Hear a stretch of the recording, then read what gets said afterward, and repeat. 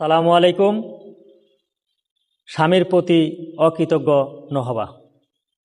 হজৰত আসমা বিনতে ইয়াজিদ ৰাদিয়াল্লাহু তাআলা আনহা নামৰ এগৰাকী আনসাৰী মহিলাই কৈছে, মই কিছুমান সমহীয়া যুৱতী মহিলাৰ লগত বহি দিন সম্পৰ্কে আলোচনা কৰি আছিলোঁ।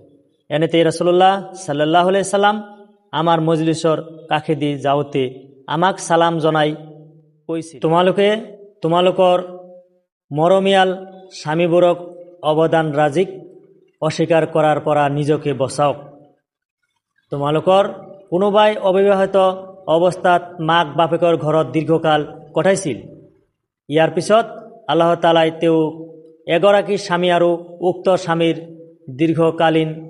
উক্ত স্বামীৰ ঔৰস সন্তান প্ৰদান কৰিছে। ইয়াৰ পিছত তেওঁ স্বামীৰ ওপৰত খং কৰে, তেওঁৰ অৱদানৰাজিক অস্বীকাৰ কৰে আৰু কয়, মই তোমাৰ পৰা কেতিয়াও কোনো উপকাৰ পোৱা নাই। বুখাৰী 114 নম্বৰ হাদিছ।